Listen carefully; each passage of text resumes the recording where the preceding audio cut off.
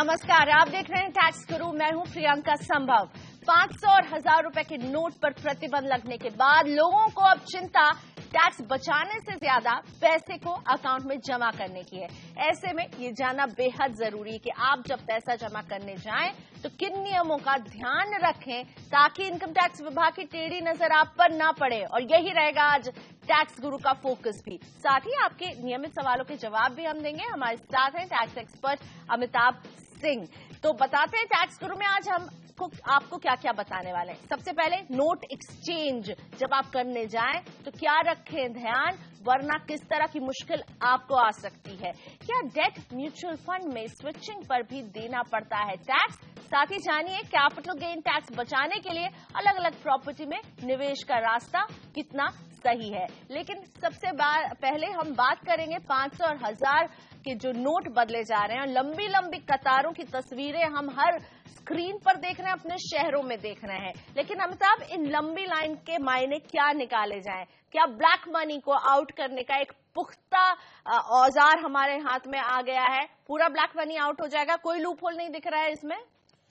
ऐसा तो कोई कानून आज तक नहीं बना प्रियंका जिसमें लूप होल ना हो। पर लूप होल किस उद्देश्य से आप ढूंढने की कोशिश कर रहे हो वो देखना जरूरी है। अगर आप लूप होल इसीलिए ढूंढ रहे हो ताकि आपकी निजी जिंदगी थोड़े दिन तक खींच ले जब आपके पास बिल्कुल पैसा नहीं है, मान लीजिए आपकी जरूरतों की चीजें आपको लेनी है और आपके पास पैसे नहीं है क्योंकि 500 और 1000 के नोट जो है खत्म हो गए, अमान्य है। आप किसी दुकान में जाओगे, या तो आपको वो उधार देगा या बोलेगा कि अच्छा कुछ चीज गिरवी रख जाओ और ये सामान ले जाओ। अब इसमें पैसे का आदान प्रदान नहीं हो रहा है, इसको भी आप लूप होल कह सकते हो। पर एक तरह से रोजमर्रा की गाड़ी चल रही है। जो लूप होल जो सरकार जिसपे उनकी कड़ी नजर है वो इस तरह के लूप होल है जहां बड़ा अमाउंट लाखों में करोड़ों में बदला जा रहा है। हमने देखा है कि ज्वेलर्स पे रेड पड़ रही है, बड़े बड़े ट्रेडर्स पे रेड पड़ रही है जो किसी तरह बैक डेट में ट्रांजैक्शंस दिखा के कोशिश कर रहे हैं कि 8 नवंबर के पहले उस अमाउंट को अपने कारोबार में इंक्लूड कर दे। उस तरह की चीजें जो है वो अवैध लूप होल है, इलीगल है। तो क्या चार्टर्ड अकाउंटेंट का जुगाड़ इस बार फेल साबित होने वाला है अमिताभ जी?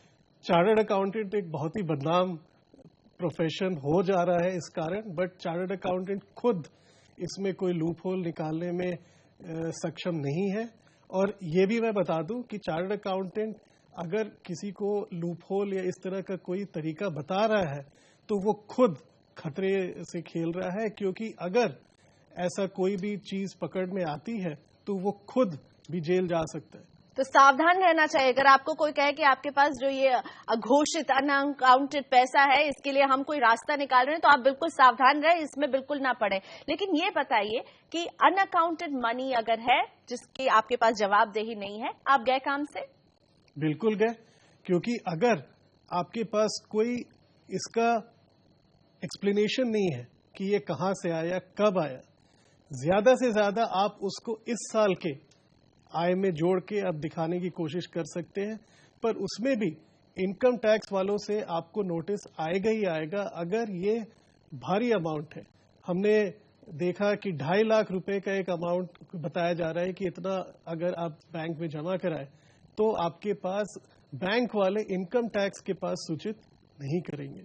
पर हम बात कर रहे हैं लाखों करोड़ों की, जहां पे अगर ऐसा अनअकाउंटेड मनी है जो कि आप दिखाने की कोशिश कर रहे हैं तो जरूर इनकम टैक्स वालों की नजर आप पे आएगी ही आएगी। और जिनके पास पैन नहीं है वो केवल 50,000 रुपए तक ही जमा कर सकते हैं। तो पैन जिनके पास नहीं है उनके लिए मुश्किलें बढ़ जाएंगी। पैन नहीं है मतलब आप इस तरह से देखिए कि क्या आपका अकाउंट का केवाईसी हुआ है या नहीं, आप वेरिफिकेशन हुआ है या नहीं। अगर बिना पैन का आपके किसी और आधार कार्ड या किसी और आइडेंटिटी के तरह से केवाईसी कंप्लीटेड है तो ऐसे 50,000 रुपए की कोई लिमिट नहीं है। पर अगर केवाईसी नहीं है, आपका अकाउंट खुल गया है पर वेरिफिकेशन नहीं हुआ तो 50,000 रुपए की उस पर लिमिट है। तो अमिताभ ये बताइए, 2.5 लाख से ज्यादा अगर कोई पैसे जमा करता है तो उसके लिए आगे की जिंदगी में कितनी मुश्किलें आ सकती हैं, क्या जाने आप?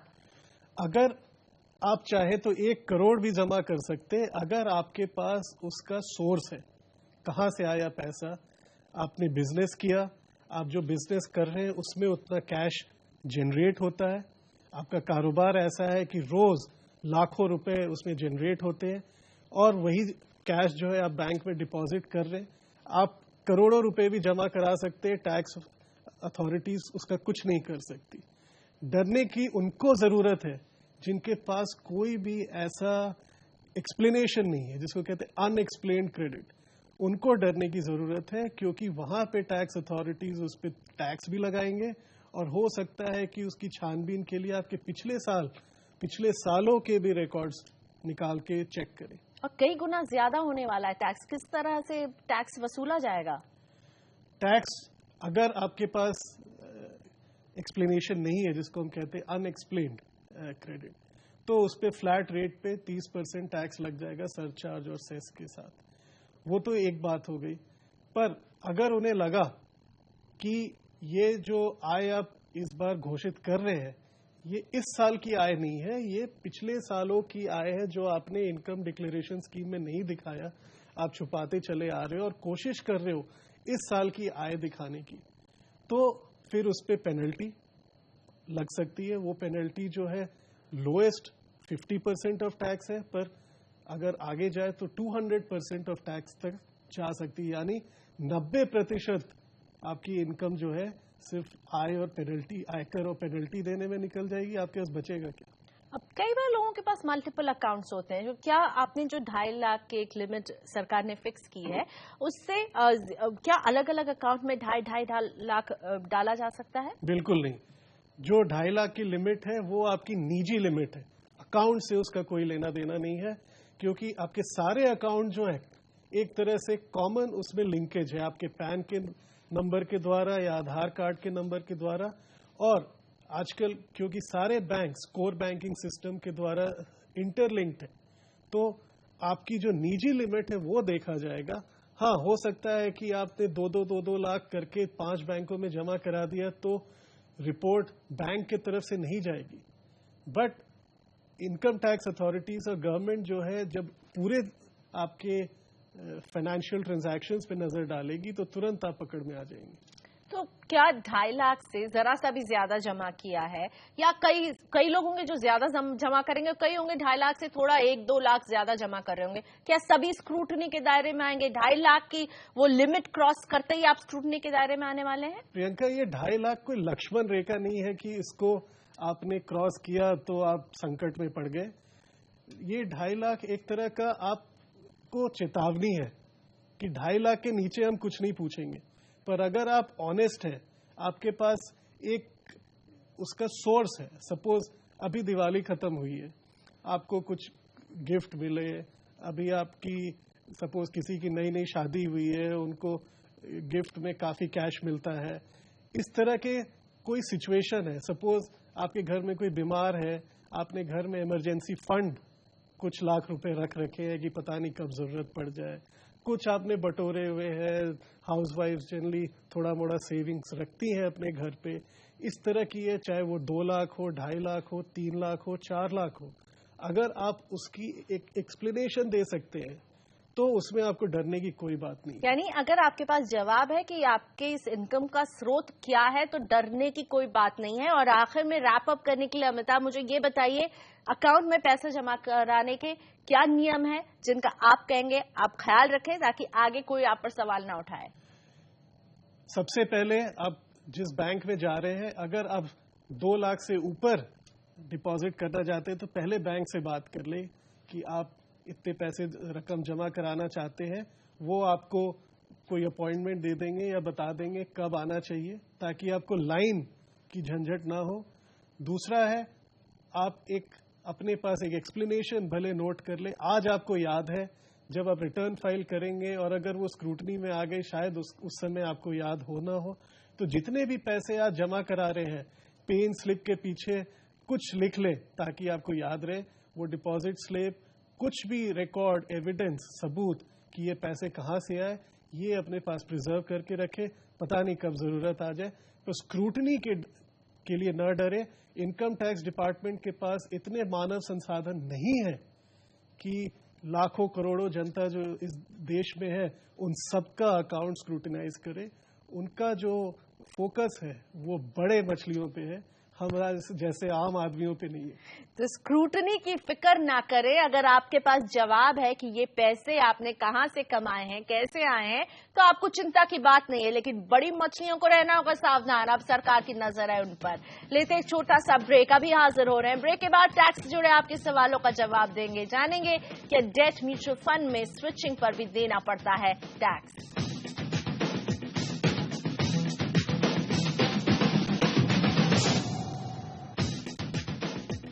Welcome back. आप देख रहे हैं टैक्स गुरु। हमारी कोशिश रहती है कि टैक्स से जुड़ी आपकी हर परेशानी को हम दूर करें। आज मेरे साथ टैक्स एक्सपर्ट अमिताभ सिंह बने हुए हैं शो में, और बढ़ते हैं कोलकाता की तरफ, क्योंकि कोलकाता से जुड़ रहे हैं हमारे दर्शक ललित लाहौटी। नमस्ते ललित जी, स्वागत है आपका। बताइए क्या समस्या है। मैडम, मैं एक सेंट्रल गवर्नमेंट एम्प्लॉय हूँ under new pension scheme. Recently मैंने एक घर खरीदा है। मेरा क्वेश्चन है कि can I claim stamp duty under section 80C for 1.5 lakh and NPS contribution under section 80C for 15,000 benefit. Lalit ji नमस्कार। नमस्कार सर। आपका क्वेश्चन बहुत इंटरेस्टिंग है और दर्शकों को भी आपके सवाल से बहुत फायदा होगा उनकी जानकारी के लिए। तो 80C के अंदर आप स्टैम्प ड्यूटी, कोई भी खर्च जो आपने घर खरीदने के लिए लिया है, जैसे कि स्टैम्प ड्यूटी आपके केस में 1,85,000 तक, तो वो 1.5 लाख की जो ओवरऑल लिमिट है 80C, 80CCC और 80CCD, उसमें जो 1.5 लाख की लिमिट है उसमें आप इसको कंज्यूम कर सकते हो। अब सवाल आता है जो आपने नेशनल या न्यू पेंशन सिस्टम में जो आपने जमा कराया है, आपका डिडक्ट हुआ है, वो कहां से आप इसको डिडक्शन क्लेम कर सकते हो। तो इसके लिए आपके लिए एक खुशखबरी है कि एक और सेक्शन है 80CCD 1B। ये सब सेक्शन 1B में 50,000 रुपए तक आप एक एडिशनल डिडक्शन, एक अतिरिक्त डिडक्शन क्लेम कर सकते हो। यानी कि 1.5 लाख और 50,000, टोटल आप 2 लाख की डिडक्शन क्लेम कर सकते हो। तो इससे शायद आपको थोड़ी राहत मिलेगी। आप 1,50,000 के बदले 2 लाख रुपए तक की डिडक्शन क्लेम कर सकते हो। बढ़ते हैं अगले सवाल की तरफ। राधेश्याम अग्रवाल जी ने 3 साल पहले FMP में कुछ निवेश किया था, जिसे अब एक डेट फंड में उन्होंने स्विच किया है। राधेश्याम समझना चाहते हैं कि क्या उन्हें अभी कैपिटल गेन टैक्स देना पड़ेगा या जब वो डेट फंड बेचेंगे तब। राधेश्याम जी ये भी समझना चाह रहे हैं कि डेट म्यूचुअल फंड पर short term capital gain tax की अवधि क्या है, 2 साल है या 3 साल। पहले हमें समझना पड़ेगा प्रियंका कि ये FMP होता क्या है। ये फिक्स मैच्योरिटी प्लान एक तरह का डेट म्यूचुअल फंड होता है, जिसमें एक क्लोज एंडेड फंड होता है। इसकी एक अवधि होती है, निर्धारित अवधि होती है। इसके बाद इसके पैसे आपको वापस मिल जाते हैं। और ये डेट फंड इसीलिए कहा जाता है क्योंकि इसका जो मैक्सिमम कॉर्पस है ये सरकारी papers, date funds, debt instruments इसी में जमा होता है। तो इसका जो रिटर्न है वो इंटरेस्ट की तरह होता है, फिक्स्ड होता है। सवाल ये है कि अगर FMP को बिना इन कैश कराए अगर स्विच कर दिया जाए किसी और म्यूचुअल फंड में, तो क्या उसमें कैपिटल गेन्स होता है या नहीं। उसका जवाब है कि हाँ होता है। स्विच करना भी जो है इनकम टैक्स के अंदर एक तरह से रिडेम्पशन या सेल माना जाता है। तो जितने भी यूनिट्स आपको नए वाले म्यूचुअल फंड में मिले हैं उसके NAV के हिसाब से वो आपका जो है सेल कंसिडरेशन माना जाएगा, आपकी रकम मानी जाएगी और उस हिसाब से कैपिटल गेन्स होगा। क्योंकि आपने FMP 3 साल तक होल्ड किया था तो वो लॉन्ग टर्म कैपिटल गेन्स होगा, उसमें आपको इंडेक्सेशन बेनिफिट मिलेगी। कोई भी डेट म्यूचुअल फंड जो है आपको लॉन्ग टर्म कैपिटल गेन्स के लिए 3 साल तक आपको होल्ड करना पड़ेगा। उससे कम में अगर आप इसको बेचते हैं तो शॉर्ट टर्म कैपिटल गेन्स माना जाएगा। बढ़ते हैं अगले सवाल की तरफ। लोकेश तिवारी की परेशानी दूर करते हैं। इनके बैंक ने फिक्स डिपॉजिट से 8,000 रुपए TDS के काटकर इन्हें फॉर्म 16A दिया है, लेकिन इनके फॉर्म 16A में पैन नंबर नहीं लिखा हुआ है। तो लोकेश जानना चाहते हैं कि जब ये रिफंड क्लेम करने जाएंगे तो क्या इन्हें दिक्कत होगी। किसी बात का ये ख्याल रखें अभी। बिल्कुल दिक्कत होगी प्रियंका, क्योंकि ये मामला जो है 2011 का है सबसे पहले, तो मुझे उम्मीद कम लगती है कि अभी इनकी कोई मदद हो सकती है, क्योंकि टैक्स रिटर्न फाइलिंग का डेट निकल चुका है, उसकी रिवाइज्ड फाइलिंग का डेट निकल चुका है, एक तरह से टाइम बार हो चुका है उनका। पर फिर भी अगर उन्हें उम्मीद की किरण नजर आती है तो वो बैंक में जाए और उनसे एक चिट्ठी ले ले कि ये जो फॉर्म 16 उन्होंने दिया था ये उन्हीं का है और उनके पैन नंबर का है, और वो ले जाके अगर उन्होंने टैक्स रिटर्न फाइल किया है तो टैक्स ऑफिसर को दिखा के उसकी क्रेडिट लेने की कोशिश करें। रिफंड तो उन्हें कभी नहीं मिलेगा। हाँ, इनकम टैक्स रिटर्न फाइल करके अगर किसी तरह वो उसकी क्रेडिट या refund income tax return file करके ले सकते हैं तो बहुत अच्छा होगा, पर मुझे उम्मीद कम ही लगती है।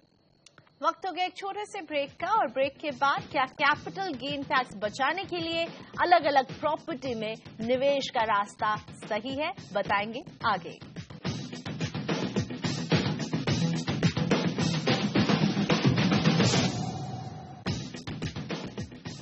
Welcome back. आप देख रहे हैं टैक्स गुरु। पुणे से जयंत मल्होत्रा के सवाल को शामिल करते हैं।